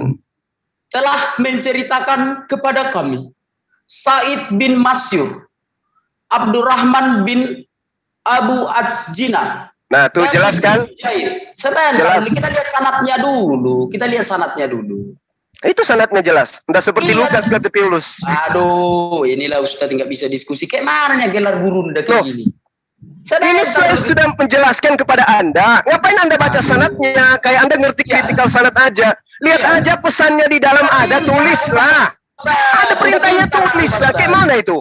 Pak Ustadz, guruku dari pesantren, Pak Ustadz. Harus kalau melihat hadis, harus kita tengok dulu sanadnya. Jangan asal dipercayai. Oh, kalau Anda mau belajar sanad, harus ke kitabnya, bukan terjemah kayak begini. Aduh, Pak Ustadz. Aduh. Pak Ustadz. Aduh, gimana sih? Kita baca dulu, Pak Ustadz. Hargai Itu ini. langsung, tuh perintahnya tuh, ada itu. Tulislah. Kita baca dulu sanadnya, Pak Ustadz. Anda ingin membaca sanad serinci ini, sementara dari Yesus ke Lukas, Anda nggak bisa nunjukkan satu manusia Cari pun. remis kan? Ayo. Cari Gimana remis tuh? kan? Cari remis kan? Enggak, Cari remis kan? Anda ingin selengkap itu sanatnya ketika ada perintah di Islam. Nah, Yesus ke Lukas ada nggak sanatnya? Aduh, cari remis kan? Aduh, Cari remis kan, Pak aduh. Ustadz, kan? Sekarang ada nggak sanatnya dari Yesus ke Lukas? Satu-satu dulu kita bahas, Pak Ustadz. Enggak, ini sudah tertulis, sudah nampak oleh matamu, ada sanatnya, ada matanya, ada perawihnya, lengkap. Sekarang saya tanya samamu, Makanya- ada nggak sanat makanya, dari Yesus ke sekarang Lukas? Gini, aku ajarin dulu Ustadz ya, dengar Pak Ustadz. Hadis itu Dengar. ada yang mutawatir. Ini sudah nampak di layar. Ada yang- Ada sanad, ada matan, ada perawi. Makanya kita Oke? cek dulu. Makanya Nggak kita usah. cek Ini dulu sudah jelas ini. mutawatir. Nggak usah terlalu lebay. Nggak usah terlalu lebay. Sekarang tunjukkan satu sanad, satu isnad dari Yesus ke Lukas. Siapa isnadnya? Pak Ustadz. Satu, dua, Pak Ustadz, tiga, bisa nggak kita empat, cek dulu hadis lima, itu, Ustadz? enam, Aduh, tujuh, kayak mana delapan. lagi? Inilah. Saya minta satu Kayak isnad. mananya kayak gini. Bisa nggak kita baca dulu hadis ini? Bisa nggak kita cek dulu sanadnya? Bisa. Mutawatir atau tidak? Bisa atau enggak? Kalau nggak bisa, turunkan dalilnya, jangan dibawa. Yang mutawatir Anda bawa. ingin membahas tentang sah atau tidaknya hadis ini? Betul? Anda paham kritikal sanad? Bah, memang itulah yang diajarkan Ustaz. Itu yang Oke, diajarkan. oke, Anak-anak. silakan. Dengarkan Silakan dulu. Anda kritik sanadnya ini, silakan. Saya ingin tahu. Dengar Baik. dulu. Aku punya seorang Ustadz, anak Batak. Ah, nggak usah ngibul di sini, anak Batak. Anak Batak di gereja boleh, di sini jangan. Di gereja boleh, di sini enggak. Nggak ada muridmu di sini, nggak ada muridmu. Ingat pesan saya minta samamu tunjukkan satu isnad dari Yesus ke Lukas. Pak Satu. Ustadz, dengar dulu Pak Ustadz. Dua, Pak tiga, Ustadz. empat, Kayak lima. mana kayak gini diskusi?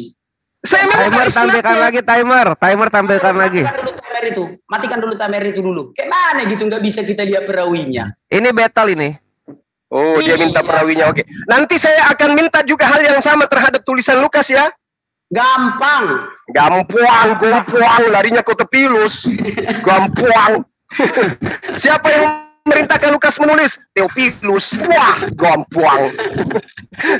Gimana Yang sih? bilang nggak gini aja lah dulu. Kita bilang dulu Pancasila Pak Ustadz. Kita kawannya kita Pak Ustadz. Kita Memang kawan, tapi ini sedang belajar tentang kebenaran, bukan secara nipu-nipu. Iya, Hai. makanya kita cek dulu perawinya mutawatir atau tidak. Ya, Karena kok perawi mutawatir atau tidak? Ya udah silakan. Oke, maka tunjukkan dulu lagi. Saya mau Anda tampilkan keilmuan Anda di sini. Silakan. Iya, oke mantap. Tunjukkan hadisnya Bang. Moderator, tunjukkan hadisnya. Ya, wes mantap. Begitu baru mantap. Timer tetap Oke. jalan aja ya di belakang. Aninda Kelvin kasih yang aninya ya, jangan kasih terjemahannya ya. Karena orang yang memahami tentang matan sanad perawi itu udah pasti bisa bahasa gundul. Bisa baca gundul. Jangan terjemah, jangan terjemah. Jangan Sini terjemah. berarti. Ya, muncul Arabnya aja ya. Oke, sip. Ayo. Nah, Aku coba nih. Anda uraikan perawihnya. Saya ingin tahu sejauh mana Anda memahami tentang perawi. Silakan. Oke, ya. Mutawatir 2 atau menit. tidak? Coba. Iya, Coba. 3 menit ya. Kayak gini. Ya. Kayak gini ya. Oh, coba. Anak Batak, janganlah kau membaca-baca hadis yang tidak tahu mutawatir atau tidak anak Batak. Enggak usah lebay, woi. Ini bukan sekolah minggu. Kamu sedang belajar, kamu mau menampilkan keilmuanmu. Silakan Anda bahas ini mutawatir atau tidak nih, silakan. Iya. Akan kubahas. Kasih dulu aku ngomong entah 2 menit. Ya, silakan. Lama kali, 30 detik. Coba. Aduh, 30 detik katanya membahas mutawatir atau tidak. Iya udah bahas ini sekarang, nggak usah. Waktu kita habis. Sedangkan yang sekolah pesantren tidak bisa 1 jam membahas satu hadis. Aduh, lebay kali kau. Bahas ini cepat. Udah. Sip babami. Bahas ini, cepat. Diam. Jangan cakap kotor. Sip babami. Jangan lebay kau. Bahas ini, cepat. Jangan Mana cakap kotor. mutawatirnya? Sedangkan yang lulusan pesantren tak bisa 1 jam membahas. Oke, udah. Aku kasih kau waktu 3 hari sebelum kiamat. Silakan. 3 hari sebelum. Oke. Ya, ini. kau bahaslah itu 3 hari sebelum kiamat baru selesai. Silakan. 3 hari sebelum kiamat. Ya, saya pengen dengar. Ayo. Nah, teman-teman yang dilecet kayak gini. Hmm. Ini dikatakan orang Islam sama aku, dia memang yang ngerti ya. Anak Batak, kau jangan asal kau baca hadis yang aneh-aneh Loh, di YouTube. kau mau ngapain ini? Kau mau curhat? Bukan mau mengajari. Ini bahas mutawatir kan? Anda ingin sembunyi dari pertanyaan saya tentang Lukas ke Yesus, Yesus ke Lukas dengan cara mutar-mutar lidahmu di sini. Iya kan? Cari remis. Iya kan? Kau sembunyi membahas ini karena kau takut dibahas tentang sanad dari Lukas ke Yesus, dari Yesus ke Lukas. Iya kan? Cari remis kan? Kamu petantang petenteng di mana-mana, tantang suma. Ternyata di hadapan saya cuma kayak begini. Asal percaya hadis. Mana sih? Jangan asal kau percayai hadis. Cek dulu perawinya. Oke, silakan Anda bahas perawi. Oke, saya diam. Oke. Hadis itu bukan asal-asal dipercaya, ada yang doib itu. Orang yang sekolah pesantren aja enggak kayak gitu sombongnya. Masa 30 detik membahas hadis mutawatir atau tidak? Cek dulu dia, tersambung enggak sampai ke Rasulullah. Kalau tidak tersambung bukan palsu, tapi perlu dibandingkan dengan hadis yang lain yang lebih sahih. Kalau sanadnya terputus, ngerti nggak Ustaz artinya kayak gitu? Orang Kristen pula yang mengajari Pak Ustaz tentang mempelajari hadis. Ini perlu dicek, dia mutawatir atau tidak? Dari siapa sumbernya? Latar belakang yang penulisnya siapa? Kecuali tadi Sahih Muslim, Sahih Bukhari, oke lah masih itu yang terbaik kan? Ini kan bukan Sahih Muslim, bukan Sahih Bukhari. Ini Abu Daud, ini Sunan sebenarnya. Paham nggak Pak Ustaz Juma? Jawab dulu. Udah jawab dulu Juma. Biar kesombongannya jangan melebihi kesombongan setan. Bukan asal dibaca hadis, cek dulu. Nanti ada hadis yang aneh-aneh bersetubuh dengan binatang. Mau dipercayai itu. Perawinya enggak dicek. Coba jawab dulu Juma, jawab dulu. Betul Udah, aku sudah pegang pulpen ini mau membahas tentang sanad dari hadis ini dengan perawinya. Apa yang ingin kau sampaikan? Nah, ini Coba. sanadnya terputus enggak ke Rasulullah. Enggak, kamulah yang bahas. Ya, Kamulah yang bahas. ya aku melihat terputus. Ya, coba. Dari mana Anda lihat? Coba lihat. Coba. Ya, terputus. Buktikan kalau tidak ini terputus, tidak ada nih dari Ya, dari mana Anda katakan itu terputus? Coba bahas dong. Gimana? Ya karena tidak tersambung ke Rasulullah. Itu Anda hanya sembunyi di balik data ini. Anda sembunyi. Hah? Ya udah. Itu ya ada udah, tuh. Ustaz menerangkan, Dari terangkan bahwa ini Sa'id tidak terputus, bin ya. Sabit dia berkata itu ada tuh. Sampai kok ke Rasulullah. Oke. Terus apa lagi? Benar. Rasulullah berkata. Eh. Udah kepada siapa? Kepada Jaid. Masuk ke hadits Dari ketika Jaid dia kepada kasih siapa? terjemah. Lancar. Ada terjemahannya lancar langsung. Allahu Akbar, katanya mutawatir, sanad, perawi, matan, taunya terjemah. Aku memang bahasa Indonesia aja. Ya, memang aku bahasa Indonesia. Aku Kasihan bahasa- sekali lah umat ini. Tapi betul kan yang ku bilang kan? Memang bahasa Indonesia aja, tapi kayak gitu. Kawan-kawan di live chat, kalau membaca hadis. Udah, jawab pertanyaan saya. Ada kan kau lihat di sini tertulis? Ada kan? Tulislah. Belum ku baca. Tunggu lagi baca ya. Biar waktu kita habis gitu. Biar nggak bahas sanatnya kitabmu Ya, gitu. gara-gara rumba tadi. Telah menceritakan kepada kami. Said bin Udah. Sanatnya aman. Abdurrahman bin Abu As-Sidan udah jelas. Ya, langsung kepada Rasulullah melalui perantaraan Said bin Sabit. Perintahnya tulislah. Oke, udah aman ini, aman. Oke, sekarang pindah ke kitab Anda. Pindah ke kitab Anda. Tunjukkan satu isnad mata rantai dari Yesus ke Lukas. Tunjukkan. Lompat-lompat. Enggak. Ya udah tadi kuakui sanatnya kalau Ustadz yang tanggung jawab. Kita cek dulu isinya. Udah. Kamu nggak punya kapasitas membahas hadits. Sekarang kamu punya kapasitas membahas kitabmu. Kapasitasmu hanya membahas kitabmu dengan ilmu cocokologi yang kau punya. Tunjukkan mata rantai isnad dari Yesus ke Lukas. Siapa? Sebut satu nama. Kalau Theophilus itu kan nanti lahir dia setelah Yesus mati. Silakan. Oke, tadi kan sanatnya udah tanggung jawab Pak Ustadz. Kalau ini sahih, kita baca dulu isinya. Apa yang masih kembali ke sini. Sudahlah, ini sudah ada sanatnya, ada perawinya, matanya jelas, sumbernya Rasulullah. Sekarang giliran kitabmu. Aduh. Apakah Yesus sampai pemberitaannya ke Lukas? Siapa isnadnya? Dari mana kepada siapa? Sampai kepada Lukas. Ayolah, yang jujur. Timer. Anda yang pilih tema ini kok. Gimana sih? Loh, kok dibuang? Belum kita baca isinya, kok dibuang? Kan Ini udah mau ke Biblos atau gimana? Udah. Ini sudah jelas. Ya udah lanjut. Penonton sudah lihat. Penonton Kristen juga sudah nampak. Dia melihat ada hadis, ya, perawihnya ada, sanadnya ada, matannya ada, sampai kepada Rasulullah. Yes, datanya dari Said bin Sabit. Oke. Nah sekarang giliran kitabmu. Mana sanadnya dari Yesus ke Lukas? Coba tunjukkan. Kayak mana aja kayak gini mau belajar? Gelar gurunda kayak gini. Kita baca dulu isinya Pak Ustaz. Enggak perlu. Sekarang giliran kitabmu. Aduh, kayak mana itu? 20 menit tadi udah Al-Quran, anak Batak yuk. Sekarang ke Biblos. Sekarang 10 menit. kitabmu. Tunjukkan sanadnya dari Yesus ke Lukas. Belum ada kita baca tadi, masih mencek perawi. Isinya Udah.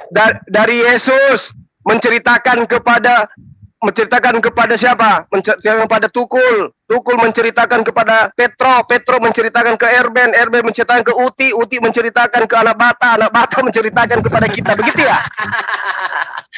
masa Ketawa kan Anda? Nah sekarang yang benar, versi benarnya mana? Yesus kemana sampai ke Lukas? Ayo. 1, 2, 3, 4, kayak gini 5, 6. Ais, mantap. Kitabmu hancur. Kalau saya sudah jelas perintah menulisnya sudah ada diperintahkan kepada siapa? Said. Sudah jelas itu ya. Kamu membacanya tadi dari bahasa Arabnya ada, bahasa Indonesianya ada. Sekarang pura-pura kita harus mengkaji matanya, harus mengkaji rawihnya, harus tahu sanadnya. Kan sudah itu, kapasitas ilmumu nggak ada. Orang-orang yang bertanya tentang sanad, matan, rawi adalah mereka yang bisa bahasa Arab, mereka yang bisa baca gundul. Lu baca kitabmu aja yang bahasa Indonesia masih belepotan. Maka sekarang saya minta kepada Anda, tunjukkan sanad kitabmu. Yesus sebagai sang firman, dia adalah sumber yang telah menjadi manusia. Sebagai firman, dia sampaikan kepada siapa, sampai kepada Lukas. Tunjukkan, silakan. Kayak ginilah kualitasnya kalian bilang guru. Kayak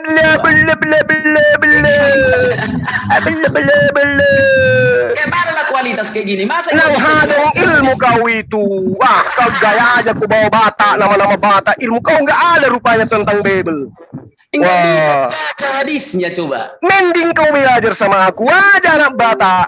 Belajar tentang Bible. Belajar sama kau. Sedangkan membaca aja tidak kau kasih aku waktu. Sudah tadi kau dikasih baca, tapi kau mengkhotbah, kau tutupi itu kau punya kelemahan dengan mengatakan bahwa ini syaratnya. Sedangkan orang pesantren harus belajar hadis sampai bertahun-tahun, apalagi kita. Terus apa yang kau lakukan tadi itu bermenit-menit? Aku aja menjawab udah. Ya udah, silakan kau jawab itu. Sanad dari Yesus ke Lukas, gitu dong. Siap. Yang waras ngalah. Ya, bagus. Kalau merasa waras. Nah, kita mulai. Oke, iya. Silsilah itu tidak berlaku bagi orang lain. Silsilah Yesus Kristus, baca aja Matius 1. Itulah silsilah Yesus Kristus. Ini bukan masalah silsilah. Aku bilang kau jangan ikut perang. Kau ikut perang, tidak ada senjata, matilah kau. Ini masalah pemberitaan. Yesus menerima firman katanya. Yohanes menerangkan, menuliskan pula dia tuh, dibilang gini. Si Yesus berkata, segala firman yang kau berikan kepada aku telah aku sampaikan kepada mereka, dan mereka percaya engkau telah mengutus aku. Mereka ini masuk ke Lukas di dalamnya, kan tidak? Nah, dong. Jadi bagaimana Anda mengatakan itu adalah sesuatu pemberitaan yang benar, sementara Tuhan kau sudah menjadi manusia, dia sang firman jadi manusia, berarti mulutnya itu keluar firman. Ternyata firmannya kau bahasnya silsilahnya. Macam mana pula kau itu? Ku minta ini pemberitaan firman. Yesus menerima firman katanya dari Bapak. Bapak Yesus ini menyampaikan kepada muridnya. Muridnya menyampaikan kepada siapa rupanya? Sampai kepada Lukas. Kenapa kau bahas silsilahnya? Bisa aku bicara? Saya tidak sedang tanyakan pamannya Yesus, kakeknya Yesus, opungnya Yesus. Saya tanya tentang isanat, mata rantai penyampaian. Situ yang pilih tema. Pewahyuan Al-Quran dan Bible. Bisa aku bicara? Bisa? Ya, dengarkan. Yang ku minta bukan silsilah, Pak. Yang ku minta itu samamu, sanat, mata rantai 5 menit terakhir. Oke, bisa aku bicara 5 menit lagi, tinggal sedikit lagi ini Ustaz. Iya, bicaralah kau yang benar. Aku minta mata rantai penyampaian firman, bukan silsilah. Malu, Silakan. Pak Ustaz, malu. Oke ya, dengarkan dulu ya. Karena memang mau 17 Agustus ini perlu meriam bambu di Medan. Iya, betul. Kau lah itu meriam bambunya, banyak bicara kau, kitabmu kau nggak tahu. Ku bilang kau jangan ikut perang, matilah kau.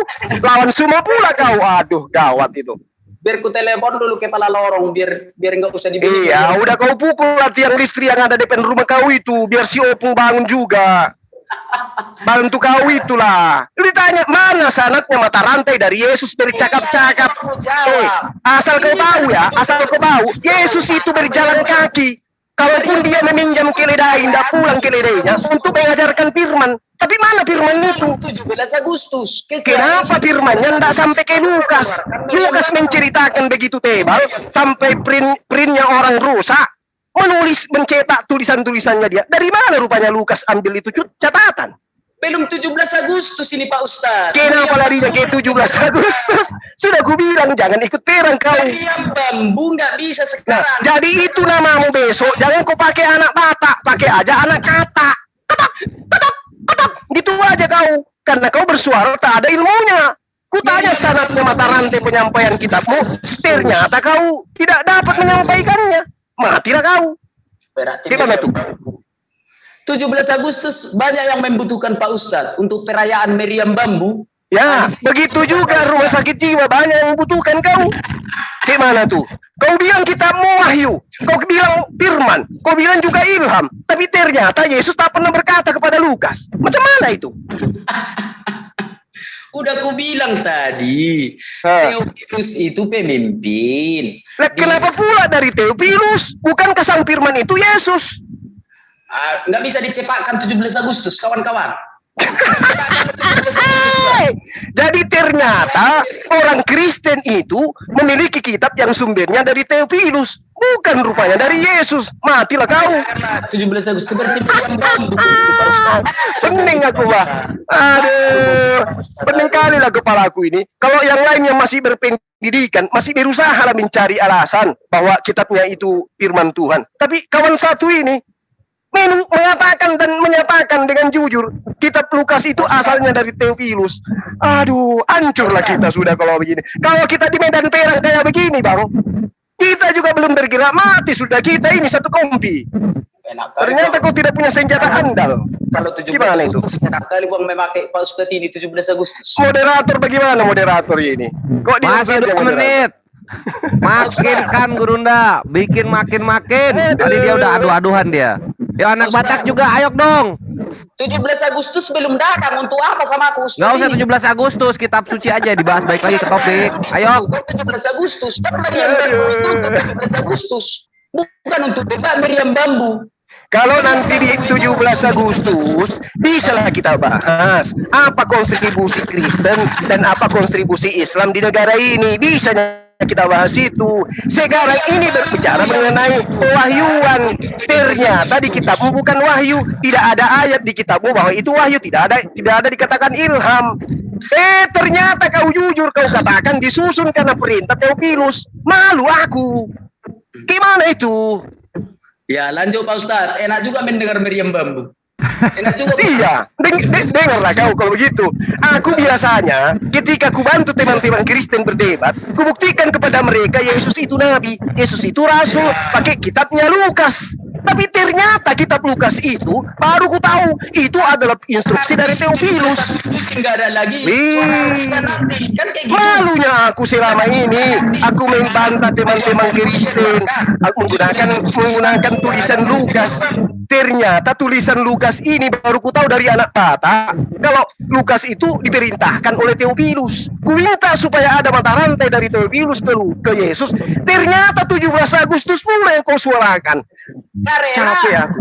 Karena itu dibukukan 17 Agustus.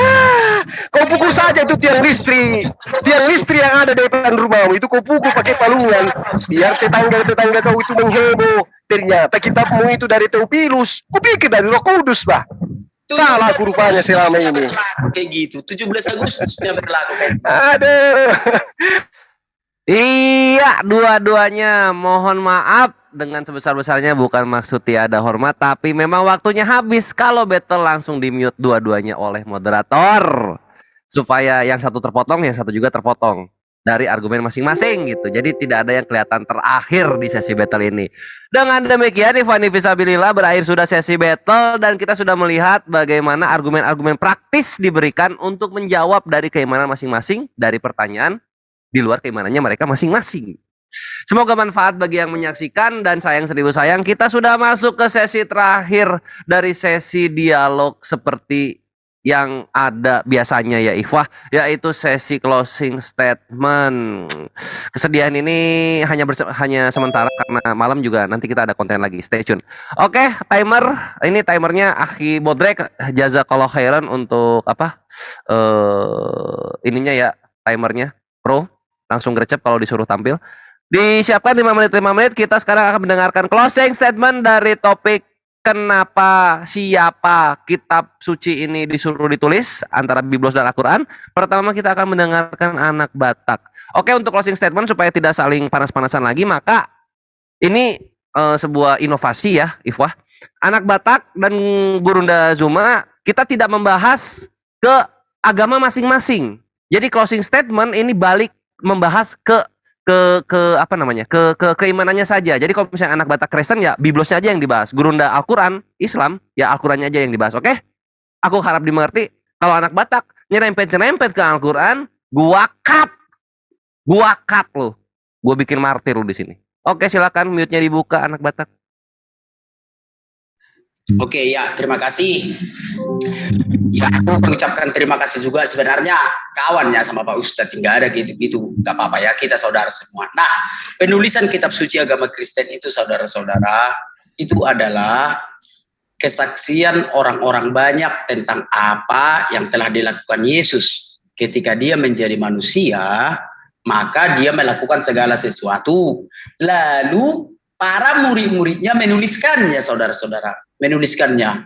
Nah, kenapa tadi ngotot kalau Lukas itu yang dipertanyakan Pak Ustadz? Karena Lukas itu tidak terdaftar sebagai salah satu murid Yesus yang ke-12 itu. Ya, saya bisa pahami itu ya, tapi nggak apa-apa. Matius itu adalah murid Tuhan Yesus. Santo Markus itu adalah murid Tuhan Yesus yang 70 murid yang diangkatnya dicatat di dalam Alkitab. Demikian juga dengan Lukas. Yohanes sudah pasti ya, Yohanes anak Zebedeus ya, itu adalah murid Tuhan Yesus. Nah, ketika pada waktu itu yang berkuasa di daerah itu adalah Theophilus. Theophilus ini seorang pimpinan gereja dan juga seorang pimpinan negara, atau kerajaan lah kita bilang ya.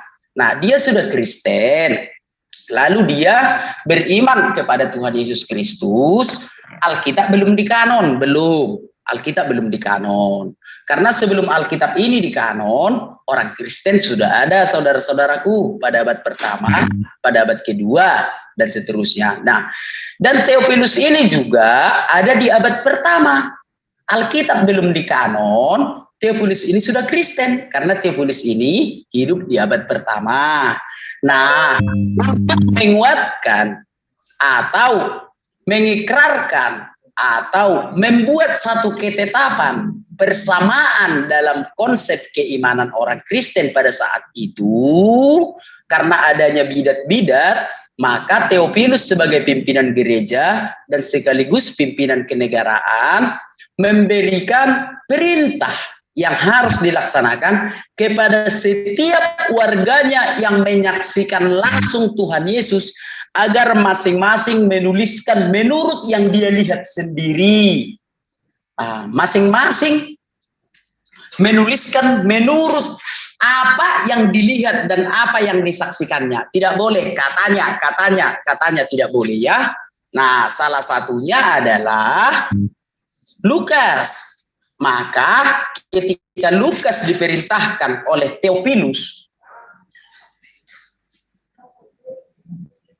datang istriku, dimarahi istriku, aku kan kalau berdebat aku kuat suara. Pause.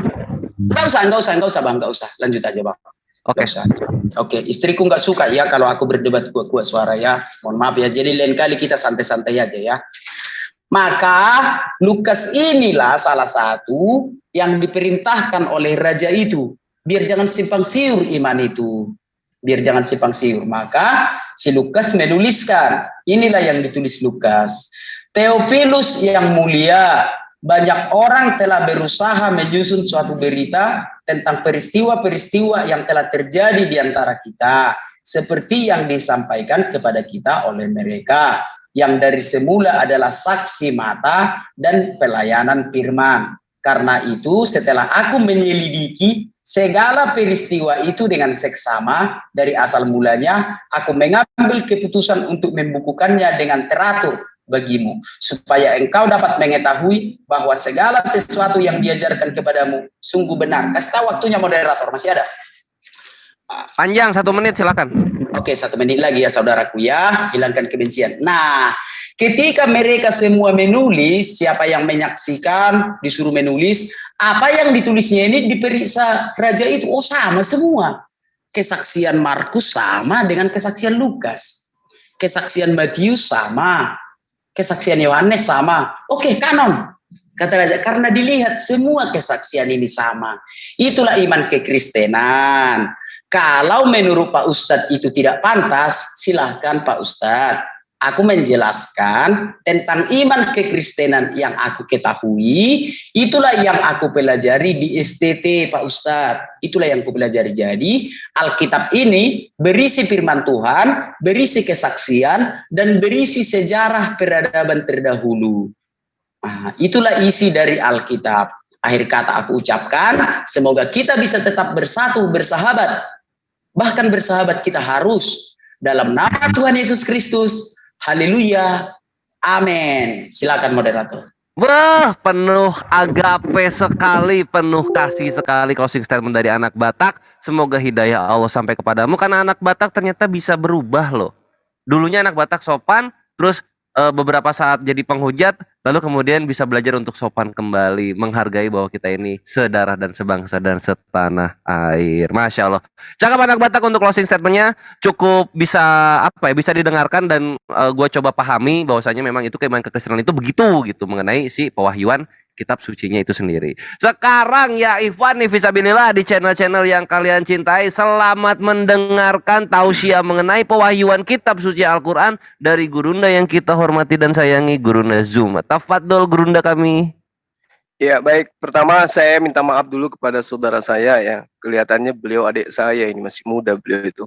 Saya hanya bercanda tadi ya. Bahwa keberadaan kita di sini memberikan edukasi. Adapun yang terjadi riak tadi ketika kita berdialog, ya saya rasa itu adalah trik kemudian untuk bisa melanjutkan dialog ini bisa berjalan. Nah, terkait dengan pewahyuan, Al-Quran itu saya sudah jelaskan dari Sang Maha Pencipta kemudian disampaikan oleh Ruh Kudus. Ruh Kudus datang kepada baginda Rasulullah Muhammad SAW. Jadi Rasulullah Muhammad SAW satu-satunya penerima Al-Quran selama kurang lebih 23 tahun. Sendiri beliau menerima pewahyuan itu, disaksikan oleh sahabat-sahabat sejazirah Arab. Dengan berbagai macam polemik yang muncul di tengah-tengahnya, Al-Quran tetap senantiasa diwahyukan oleh Allah. Nah, Al-Quran bercerita tentang Al-Quran. Al-Quran membahas Al-Quran. Al-Quran membahas tentang dirinya, membahas tentang namanya, membahas tentang bahasa yang digunakan. Terus kemudian Al-Quran juga memberikan tantangan-tantangan. Jadi kitab yang dituliskan oleh sahabat Rasulullah itu adalah kitab yang kemudian datangnya dari Allah dengan instruksi Iqra, baca. Nah, kenapa kemudian dituliskan? Tadi kita sudah melihat perintah Rasulullah. Apa sebabnya rupanya? Kenapa Al-Quran itu harus dituliskan? Kenapa nggak dihafalkan saja? Karena tidak semua manusia itu memiliki kepiawaian untuk menghafal. Berbeda dengan bangsa Arab. Bangsa Arab itu memang kelebihannya adalah menghafal. Justru pada zaman itu, ketika ada orang yang menulis, mereka dianggap sebagai orang yang keterbelakangan. Mereka memiliki kekurangan. Yang menulis itu justru yang dianggap orang yang memiliki keterbelakangan mental, kalau dibilang. Ya, bahasa kasarnya kayak begitu. Yang menghafal inilah mereka orang-orang yang cerdas. Nah, sementara perintah Al-Quran yang datang kepada baginda, jelas uraiannya itu kepada seluruh umat manusia. Ya ayuhan nas. Ya ayuhan nasu kulu mimma fil ardi halalan tayyiba. Ya ayuhan nasu taqu rabbakumul ladzi khalaqakum. Ya ayuhan nasu qad ja'akumur rasul bil haqq. Jadi perintahnya, wahai manusia, wahai manusia, wahai manusia. Rasulullah karena mengetahui manusia itu bukan cuma ada di Jazirah Arab, maka solusi yang ia lakukan adalah memerintahkan kemudian sahabat-sahabatnya untuk menuliskan selain daripada menghafalkan. Jadi dasar pijakan penulisan ada dari sumber. Siapa? Dia, beliau yang mulia yang menerima wahyu. Dasarnya jelas. Lalu kemudian apa yang diterima perintahnya jelas, Iqra. Maka ketika hikmah daripada Al-Quran itu muatannya adalah Iqra, maka saya katakan kepada sahabat-sahabat sekalian berulang-ulang, apapun yang ditemukan oleh umat manusia hari ini itu tentu diawali oleh Iqra. Orang menjadi presiden karena dia membaca. Orang menjadi dokter karena dia membaca. Orang menjadi psikiater karena dia membaca. Orang menjadi dosen karena dia membaca. Orang ini dan orang itu, pokoknya kehidupan manusia semua diawali dengan membaca. Menemukan listrik karena membaca. Menemukan pesawat karena membaca. Menemukan HP, komputer karena membaca. Iqra. Makanya Al-Quran itu diawali dengan itu. Iqra bismi rabbikal ladzi khalaq. Khalaqal insana min 'alaq. Iqra wa rabbukal akram. Jadi Al-Quran itu mengabarkan bahwa Allah mengajarkan manusia melalui perantaraan pena. Berarti melalui perantaraan ajaran yang dituliskan.